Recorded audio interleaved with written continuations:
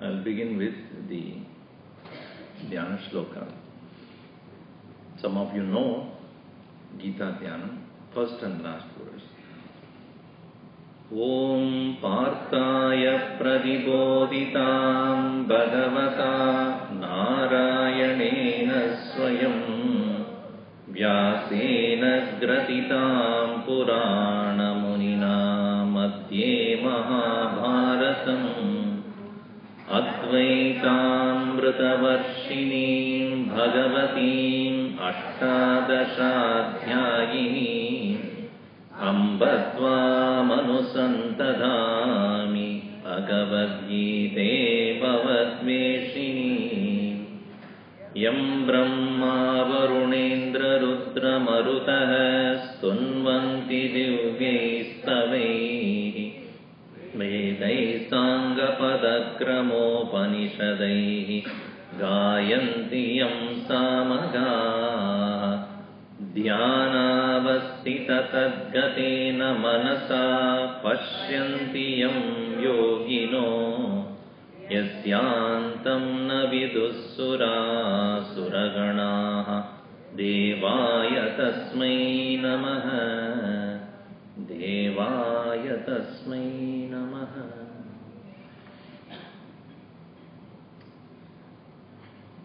It always gives me great joy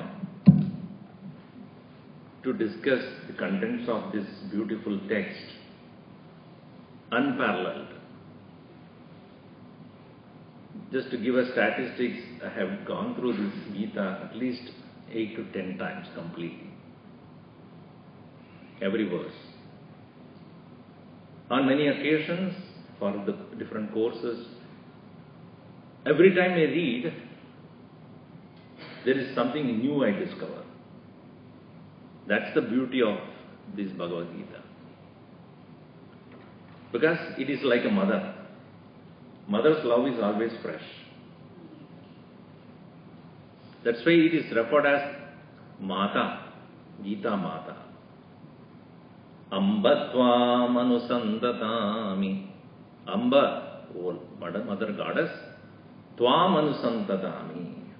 I remember you. Bhagavad-gite, oh Mother Goddess, Gita, Bhavadveshini, one who destroys samsara. So many things can be said about Gita. There's so much to say. But you know, when you say everything precisely, it is more important than going elaborately. We must know how to tell things precisely. What is this? Okay. I thought somebody better listen to me. So far. So, telling precisely, concisely is very important.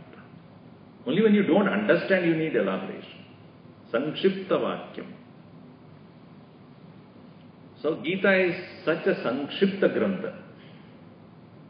A grantha, a scripture, which is everything done, said in precise terms.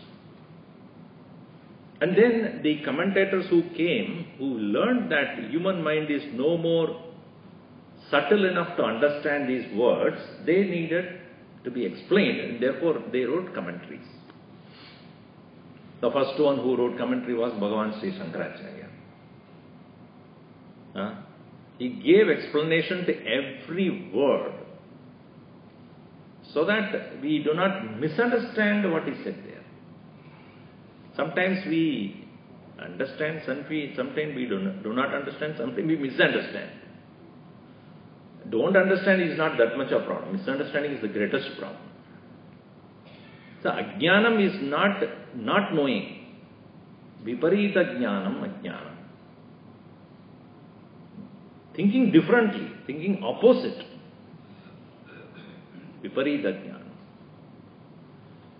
So, therefore, the necessity for giving the right interpretation according to the student who is in front of them. During the time when Shankaracharya was discussing this subject matter, his students were also really very evolved. So he spoke everything in Sanskrit.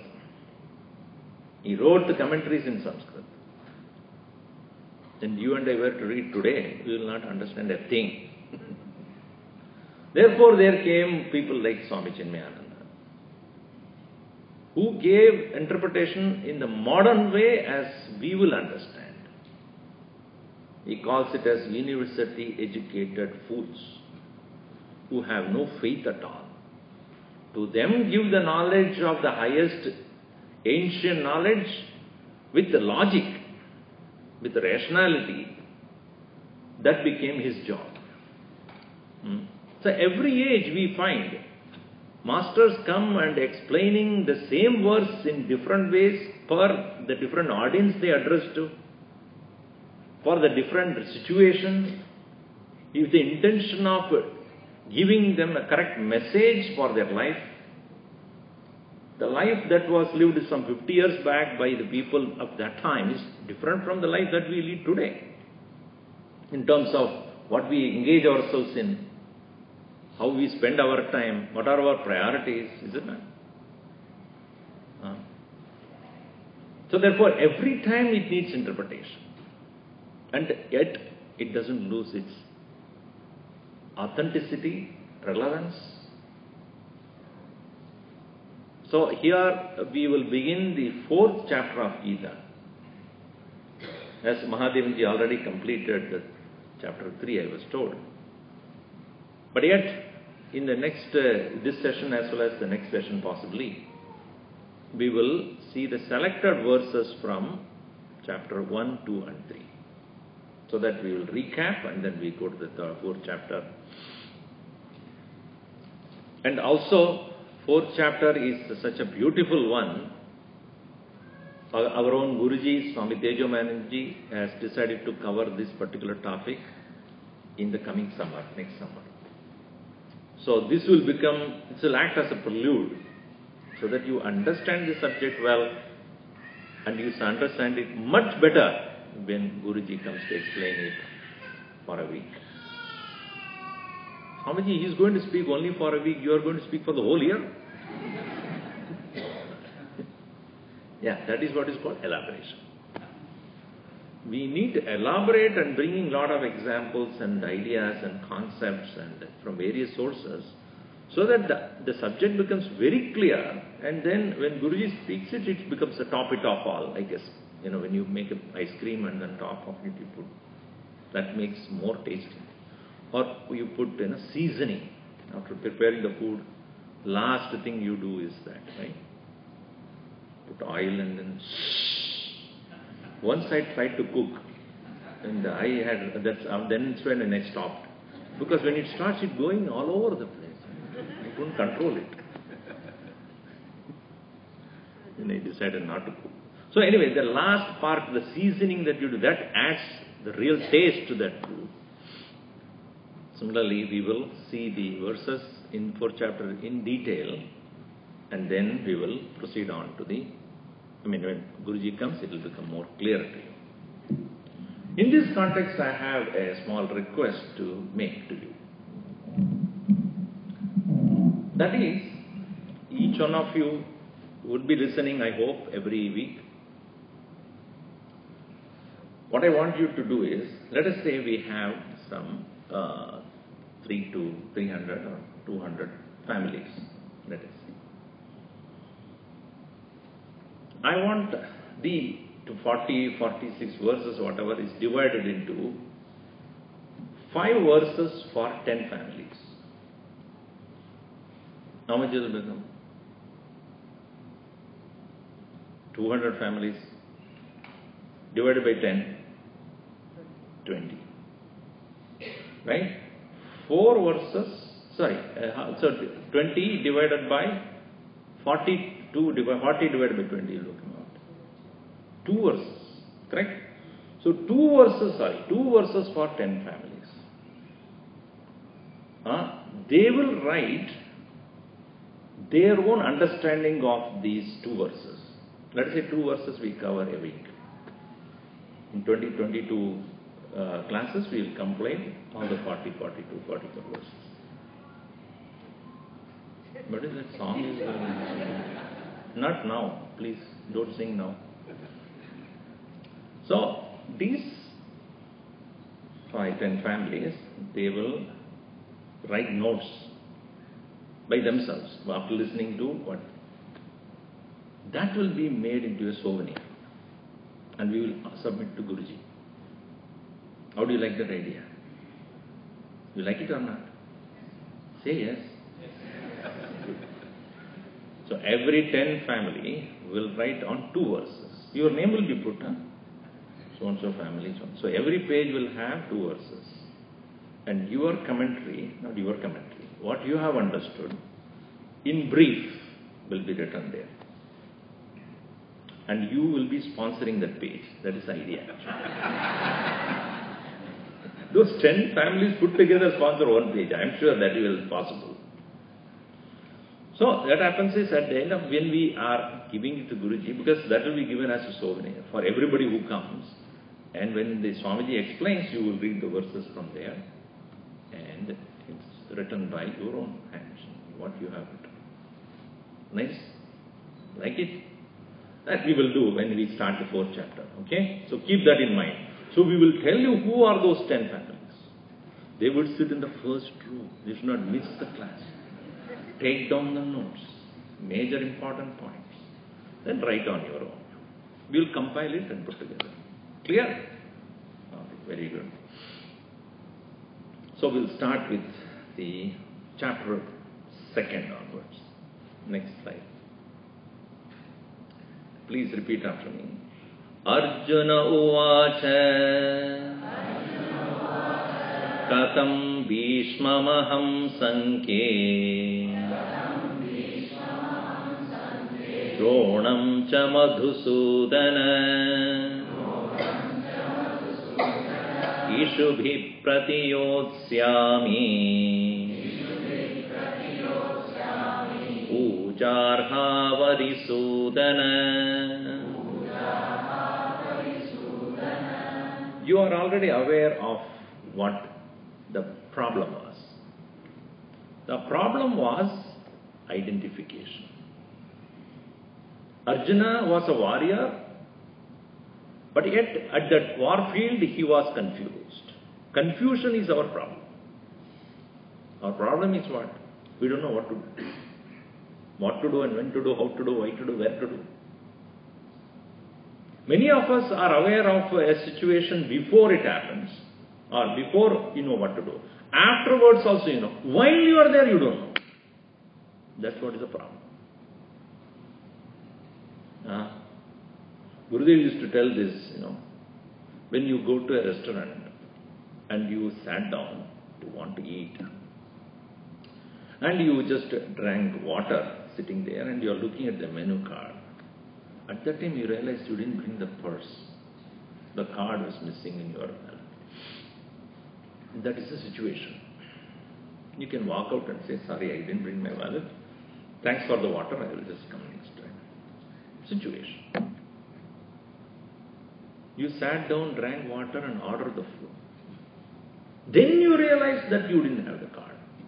That's the problem. And because that fellow said, then you have ordered and we already prepared and it is there on the table. How can you say suddenly you don't want it?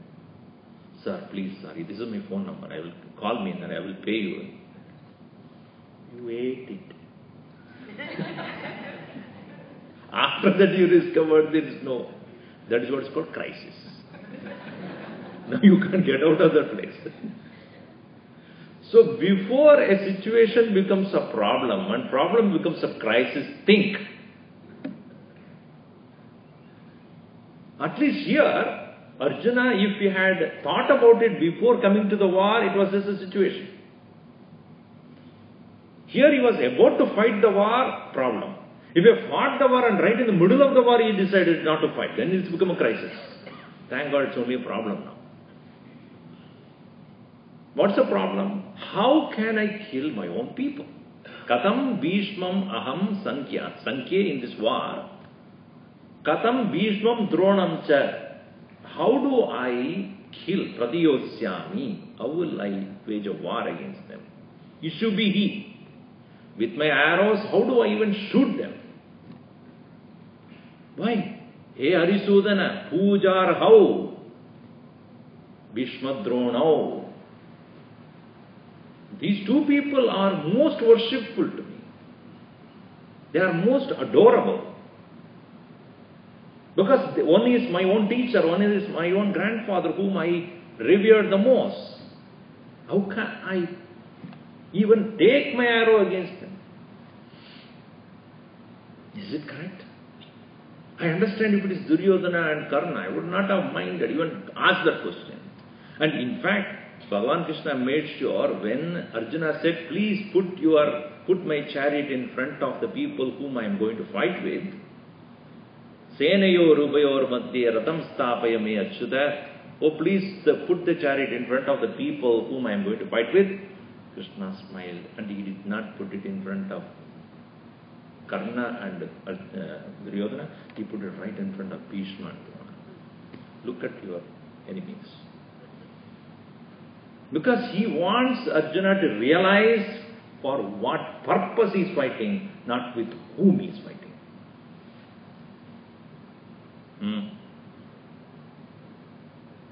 For whom you are, for what purpose you are fighting. Irrespective of who the people are, understand you are fighting for justice. You are fighting for dharma. You are fighting for what is right. It is like a doctor, for example, he understood that a patient has got a cancerous growth. He has to definitely open the body and take that out, irrespective of where it is. How dangerous it is, he knows. He has to remove it.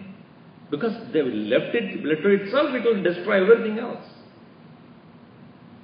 In the same way, these Bhishma and Drona are supporting people who are arajakaha, who are doing things which are so ignoble, injustice, dishonest. Drona and Karna and Dushasana and so many others. So don't look at them as individuals, look at them as representative of a wrong cause. This is exactly what Krishna wanted him to realize. So, but here the problem is Arjuna doesn't see that way. Because his identification with the people, oh my own grandfather, oh my own teacher, that came up much more than the very purpose of the war. In life also we are not able to give up certain habits of ours. It is because we don't see higher purpose in our life. If only we see how important is every day for our own personal progress, we should let go of what we should not do or what unnecessarily occupies us easily. Because this is not relevant. This is not right. This is unnecessarily wasting my time. It is wasting my energy. Once we recognize that, letting go is easy. We give more and more importance to what we are used to than what we have to be. Our habits take over. Time is gone.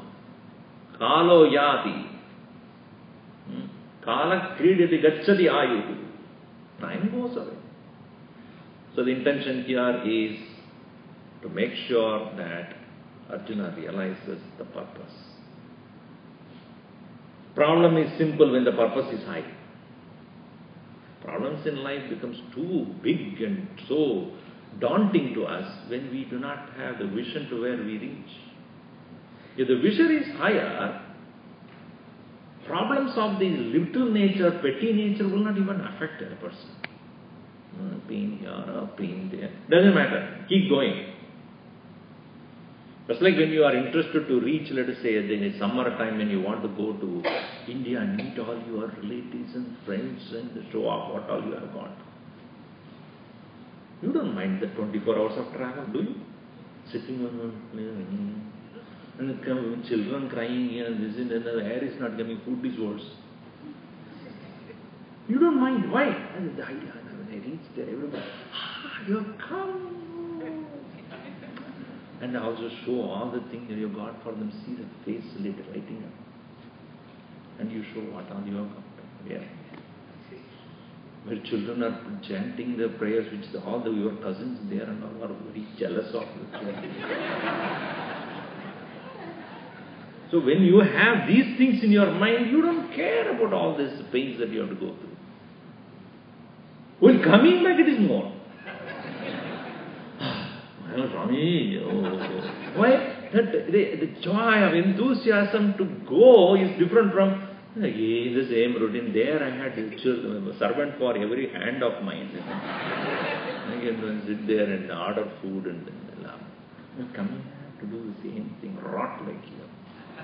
That time you have no enthusiasm. You will be so tired. That's why most people have this jet lag. That's called jataloga. Coming back only. Going there is no jet lag. So when the goal is inspiring and enthusiastic, you don't care about all the small pinpricks of life. So here, Krishna had to show him the purpose of the war is noble. Not only that, in your life you must recognize the highest purpose before you look for transactional reasons. Highest purpose is to realize the immortal, eternal, everlasting, deathless spirit. So he begins with the highest point. As in the next verse he says, repeat after me, Natve vaham jatu nasam Natvam neme janadipaha Nachaiva na bhavishyamaha Sarve vayamata param.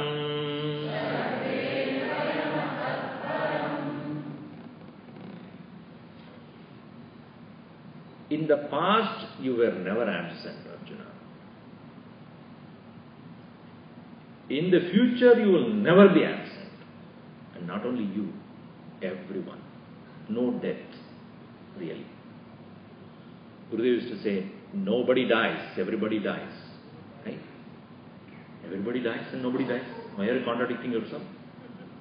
Everybody dies, but nobody dies. Nobody means no soul really dies. Only the body is dying. Natu eva aham. Aham, me, I. Na asam. Never I was absent, O Arjuna.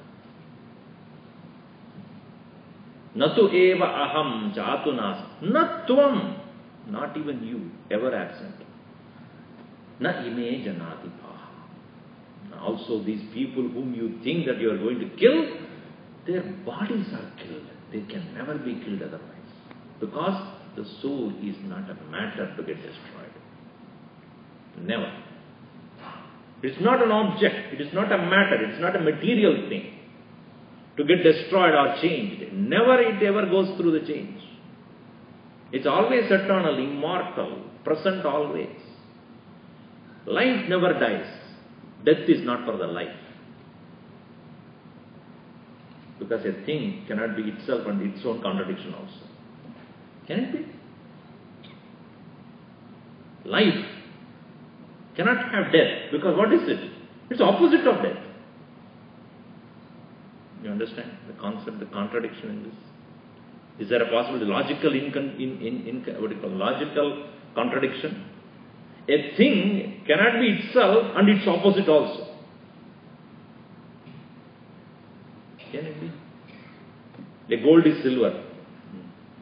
Is it? The gold is silver? Fire is cold. Life is death. Life never dies. That you are. Natu eva aham na asam. Double contradiction. Double opposite. Never, I was never absent.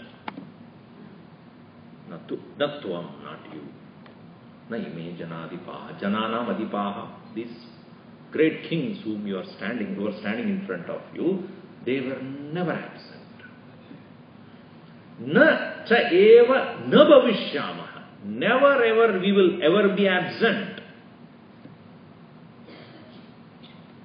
In the future also. Na bhavishyamaha na.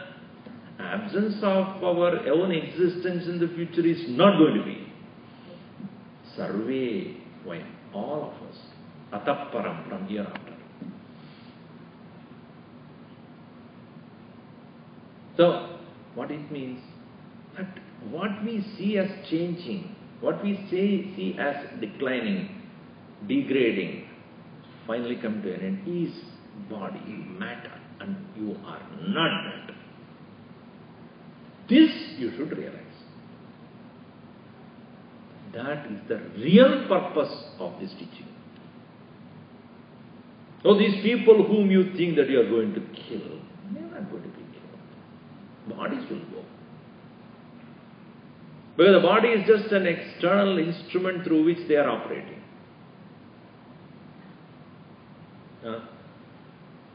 So that life is operating through this physical body, and this physical body-mind complex is impure, and therefore impure life is expressed.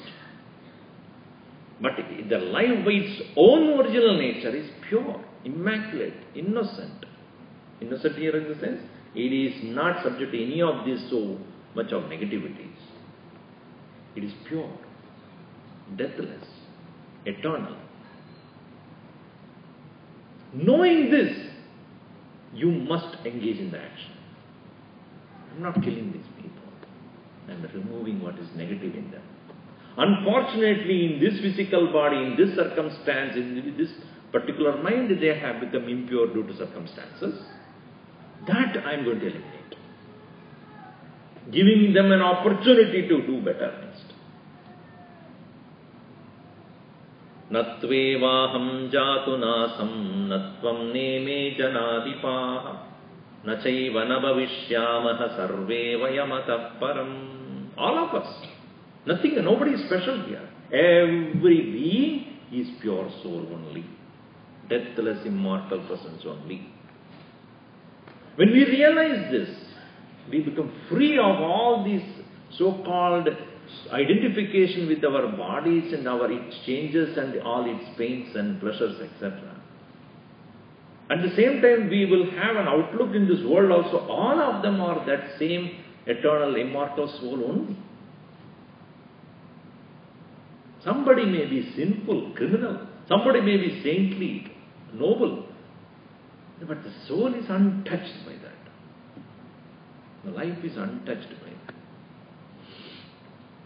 In that particular circumstance, for whatever reason, that person happened to be like this. If I ask you, are you good person or a bad person, what's your answer? Are you a good person? Yes or no? Nobody's answering. That means what? Are you a good person? Are you a bad person? Sometimes. You may have to say that. Sometimes I am good, sometimes I am bad. Then why are you, tell me only one answer. Are you good or bad? Depends. Depends on what? Depends on where I am, whom I am dealing with. With you, Swamiji, I am really good. But with my in-laws, I am really bad.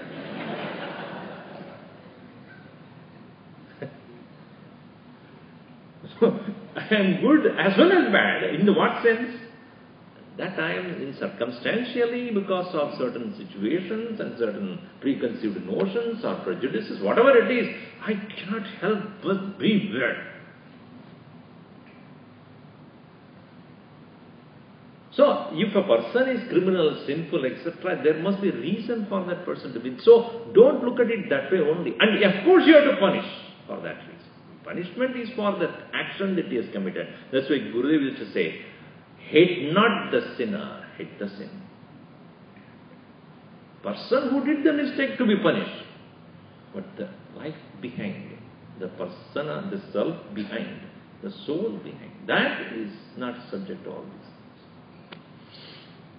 Look at Drona, Bhishma, Karna, Duryodhana. Yes, they are bad, to be punished.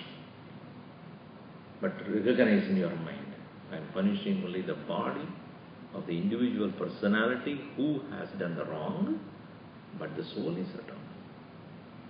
Because, the next verse, Na jayate mriyadeva kadachit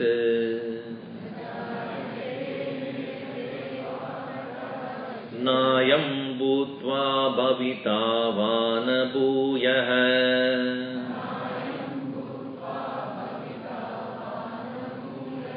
Ajo nityah shashvatoyam puranah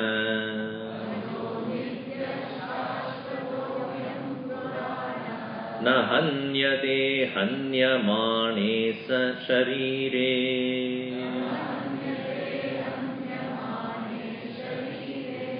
Sharire hanyamane na hanyate. Even as the body is being destroyed, that which does not get destroyed, that which is not destroyed, that is never born. Na jayate, never was born. Na mriyate, it never dies. Kata chid, at no time. Na ayam bhutva, having come to manifest, bhavita vana bhuyah, it never becomes absent. Ajaha, unborn. Nityaha, eternal. Shashvataha, everlasting. Puranaha, old, ancient. We are all ancient people, ancient souls. That's why your own children are more intelligent than you. You know, they are more ancient than you. By at least 60 years. No, not 60 years. 30 years, 20 years. Because an ancient soul of the past is coming back to you with a fresh body. That's why they keep questioning you. Because they are more intelligent than you. Because they are coming for the second time. You are come they are coming in the 128th time. You are only 127.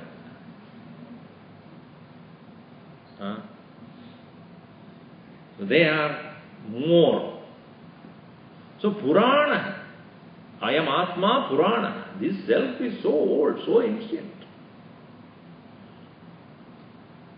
Ajaha. So it is taking up new bodies and coming. Does not mean that it is just born. No, it's not just born. It is always there. When you put a new bulb there, new light comes. But not a, new power came. New power doesn't come.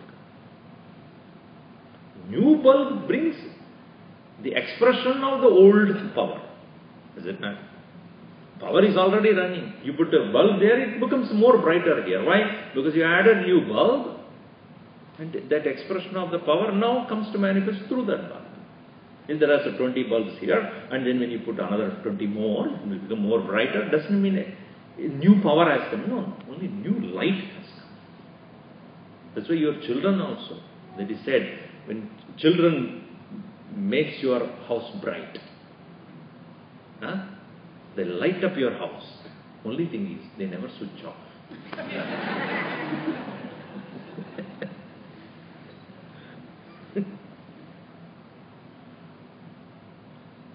So there are no new souls coming here. New bodies come. Because the soul is always the ancient one. But Swamiji, human population is increasing so much. Yes, animals, wild animals have no place to go. Tigers and lions and chimpanzees and wolves. Because we have removed all the forests. So they come as your children. They're supposed to be in the forest. And that's why when they take this video game, they are expressing their innate nature. They're supposed to be, because of their previous karma, they're supposed to be lions and tigers and they have no place. What do they do? So the soul is najayate, not born, na mriyate katachit. At no time it never ever dies. Na ayam atma bhutva, having become, na bhavita na bhuya. Bhavita na bhuya. Again, does not become absent. Ajaha, nityaha, shashvataha, puranaha. Sharire hanyamane na hanyate. When the body is killed, it does not die. So this knowledge helps us to remember that I never died. Physical body, yes, it will go away. The science of it starts with your hair. Patati goes one by one. Slowly, slowly, slowly. Then you put false one also. False means that which falls. You add to it. Or from here you pick it up and put it here. All sort of things you do. It's still.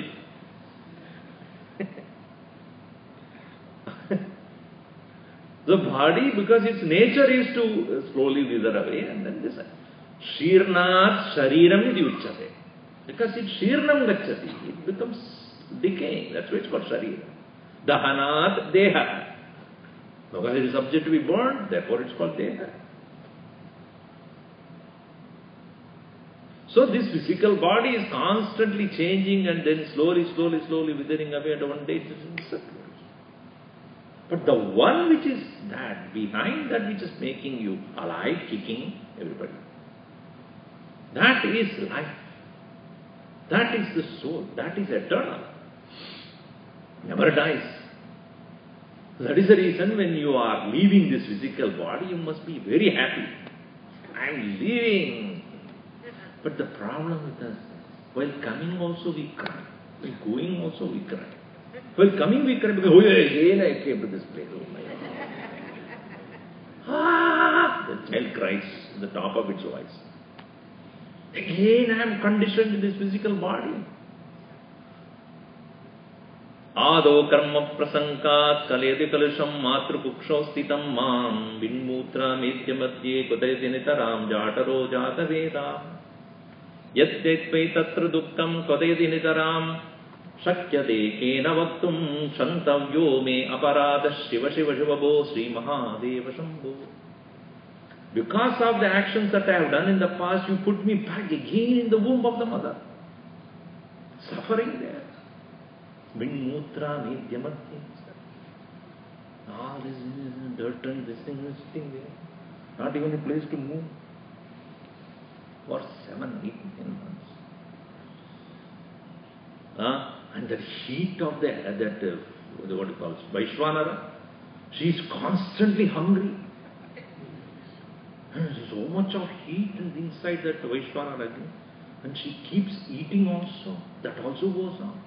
Cookie comes and then ice cream comes and the coffee comes and the goat comes. All around me. And somehow I got out, happy. And you see the people, again the same place I came to. That's why the fellow cries. Then everybody else is happy. Hey, God Bakra aa gaya.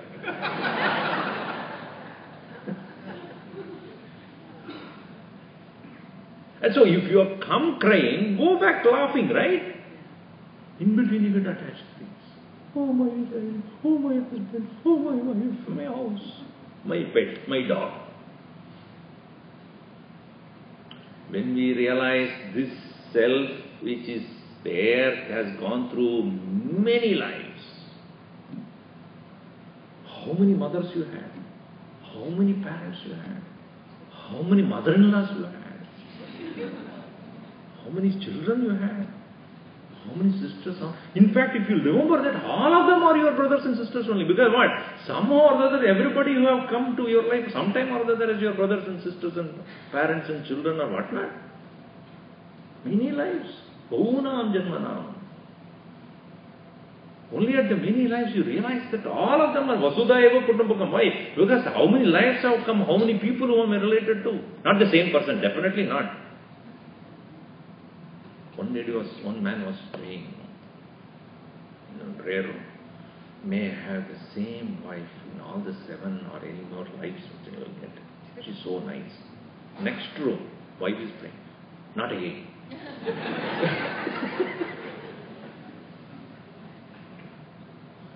Ultimately, you will see that how many lives you have gone through and how many people you have related to. So, while going, then you must be happy. So, when we realize this nature of the self, which never dies, immortality is, then suddenly there is a relief. That means I am not this. All things related to this is only temporary, relative. We'll do our best. Bring joy to the hearts of everybody around. But that is also done for the sake of the situation right now, temporary. But realizing that original nature of mind, that is the primary goal. Arjuna, therefore, when you are killing these people, not that you will never feel bad when you are going to kill people. No. Kill with a purpose. Why? To bring justice. Not with an arrogance, with an anger. Don't kill anybody with anger or because of your feeling of being deprived of your kingdom and therefore you put me into the for 13 years I'm going to get revenge on you. No. Right thing has to happen in this country. I am a king. I am a representative of this kingdom and which is being misruled and therefore it is for this is my role, duty to bring back the justice.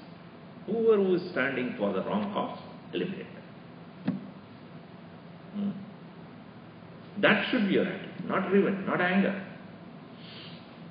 And recognize this self which is within you, hidden, unknown, imperceptible, eternal, unthinkable. In fact, if somebody talks about it, you wonder, when you read these things, I think it is just a hypothesis, Swami. I think really not there. Because science believes in what is seen.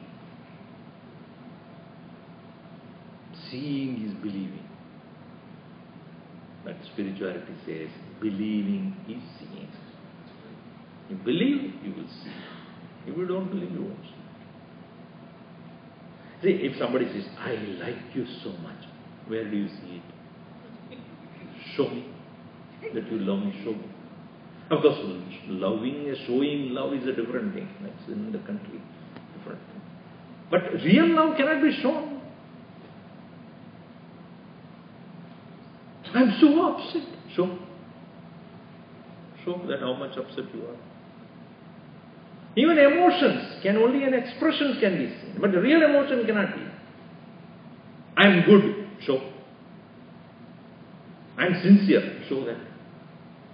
So you may do an action which shows that and expresses sincerity. But sincerity as it is not an expressible act. It's an attitude behind an action. So what is subtle should be believed. What is gross can be seen.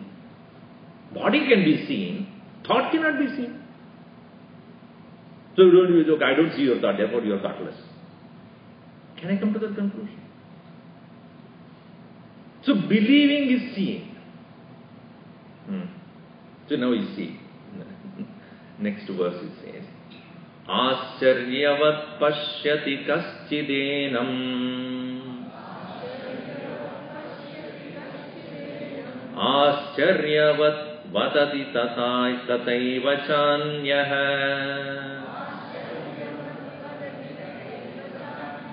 Ascharyavatchainamanyah shrunoti. Shrutvapyenam vedana chaiva kaschit.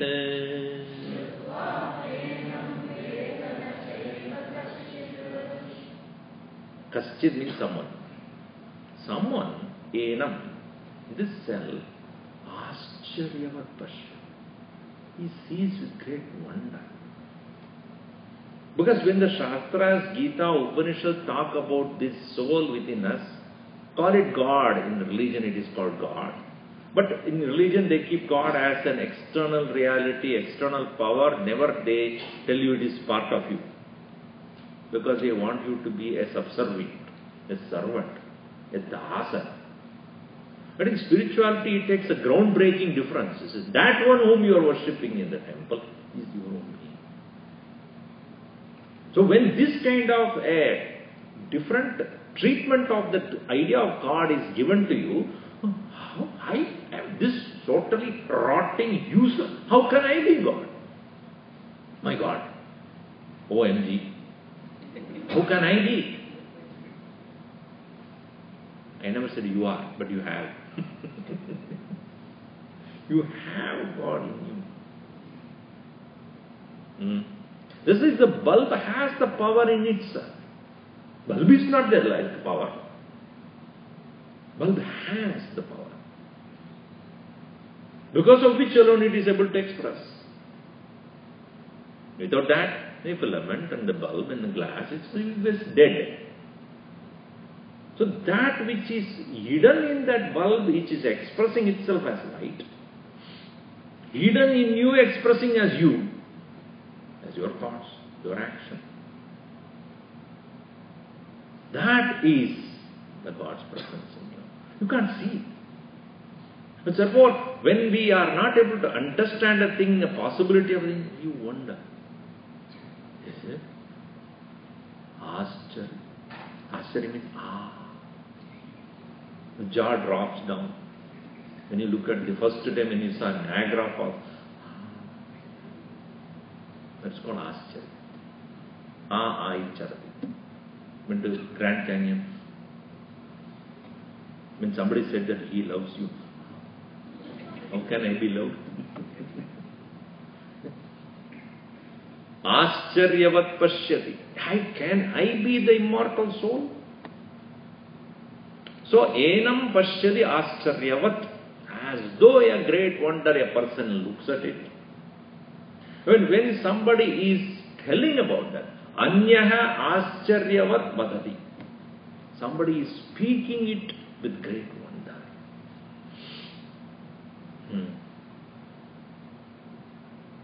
With great wonder means he does not even know how to explain this. Because it is not something which can be described in terms of name or a form or a characteristics or anything. It is something which is incomprehensible, that which never is born, never dies, ever there. It's all the descriptions you can give. Attad adreshyam agrahyam avarnam achakshusotram.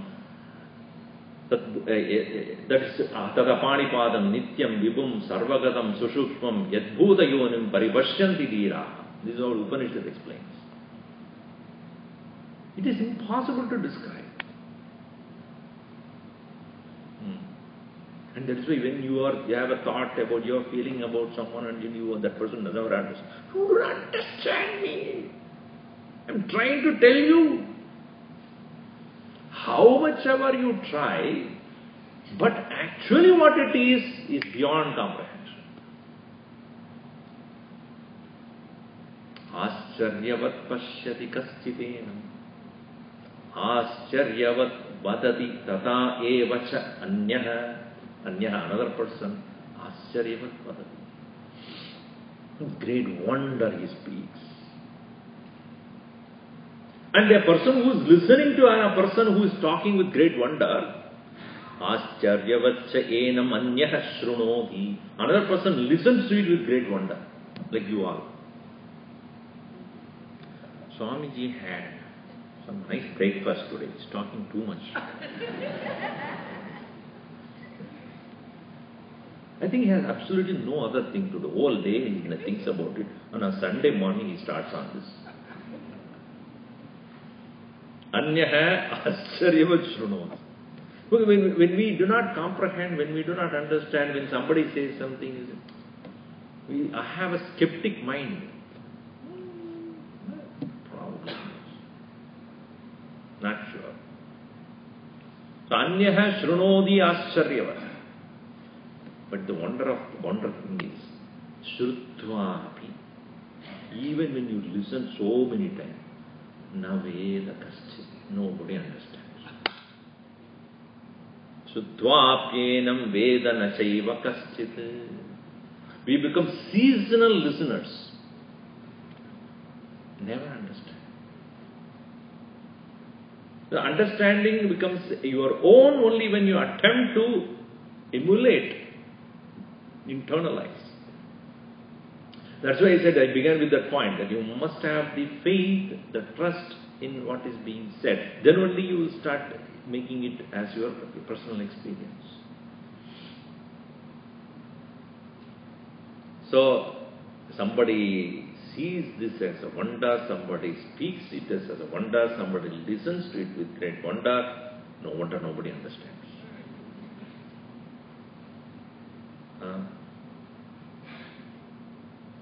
Shrutvaapyenam veda nachaiva kaschit. So, the teacher in Upanishads as well as in Bhagavad Gita is not intending to force an idea upon the individual or the disciple. He wants him to grow, to become mature, to evolve, to grow up to the level where the Guru can transfer the knowledge. The person is sitting in the same place, trying to pull him out. Teacher tries hard. I don't want to. Then how much you can try? Evolve. Become more, and that evolvement comes because of the trust in what the person is saying is right. Then you slowly pick up that thread and come up. If somebody is in the maroon, he is in the flood everywhere, and the helicopter or something comes and throws a rope on, come on, pick it up and come up. No. Give your hand. No. Because he is a well-known conjus of the place. Most miserly. He never gave anything. Therefore, he says, I don't want to give my hand. Okay, take the rope. Same thing. Taking he knows, but giving he doesn't know. So, as we start giving up our lower values and then try to think of the higher ones, pick up the thread and move up. So, even when the teacher says with great interest, if the student is not having the trust and the faith in the possibility of immortality of the self, one will not evolve. So, Shrutva, even after listening, Vedana Chaiva Kaschit.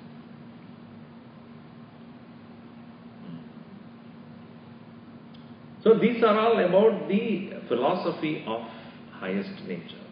But then, Krishna's intention is not just to talk about philosophy, but how to put it in practice. How to evolve to become one who can realize. For that, he has to give practical hints about how to deal with situations in life. Because everyday life has got its own challenges. If the philosophy, all right, I understand the highest goal or whatever. But Swamiji, my problem is how to deal with situations. Every day I have challenges. First challenge is my own children, my husband or wife, my boss, my immediate subordinates. How to deal with them? Krishna doesn't overlook this particular subject. So he says in the next verse we read, Sukha dukkhe same krutva Labha labhau jaya jayau Tato yuddhaya yujyasva naivam papamavapsyasi. Arjuna, practice equanimity which will bring you to higher level of thinking. So long as we fail to remain equanimous, the dualities of life will pull us down. Joy somewhere and happiness sometimes. Success, failure. Gain, loss. Sukha, dukkha. Labha, alabha. Gain and loss. Jaya, ajaya. Success, failure. In these things, when we do not have the ability to maintain equanimity, obviously we will be caught up in that only. Why this happened to me? Why this is happening to me? Why it goes on and on. Mind will never be quiet.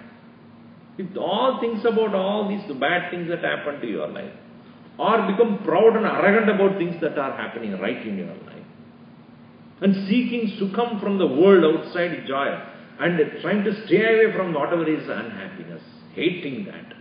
Mind is so busy with all those things. So it is the time to think about the higher things. Therefore he says, sukha dukkhe, in joy and sorrow. Labha alabhau, in sukham dukkham becomes sukha dukkhe. Labha alabha, labha alabhau, in gain and loss. Jaya and ajayau, in joy and in success and failure. Same krutva, being seen. Yujjaya yuddhasva. Now engage in your action. Here, of course, Arjuna is a warrior, therefore telling him, engage in the war. Na evam papam avapsyati. Then there will not be any sin in your mind. Meaning, your mind will remain indifferent to all these things, available for contemplation. The war is an opportunity then.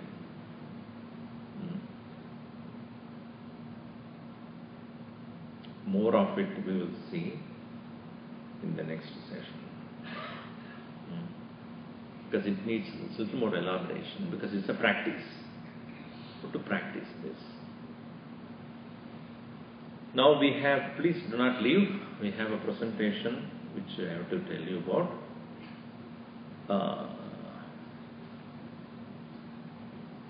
Where are we going to show? Big screen? Big screen. Open up the big screen.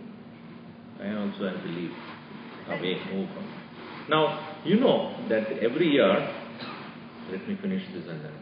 Om sarve bhavantu sukhinah, sarve santu niramayaha, sarve bhadrani pashyantu, ma kaschit dukkha bhat bhaved. Om shanti shanti shanti. Harihi Om Shri Gurubhyo Namaha. Harihi Om. That presentation we'll do after the children come. They also have to see that. Every year we have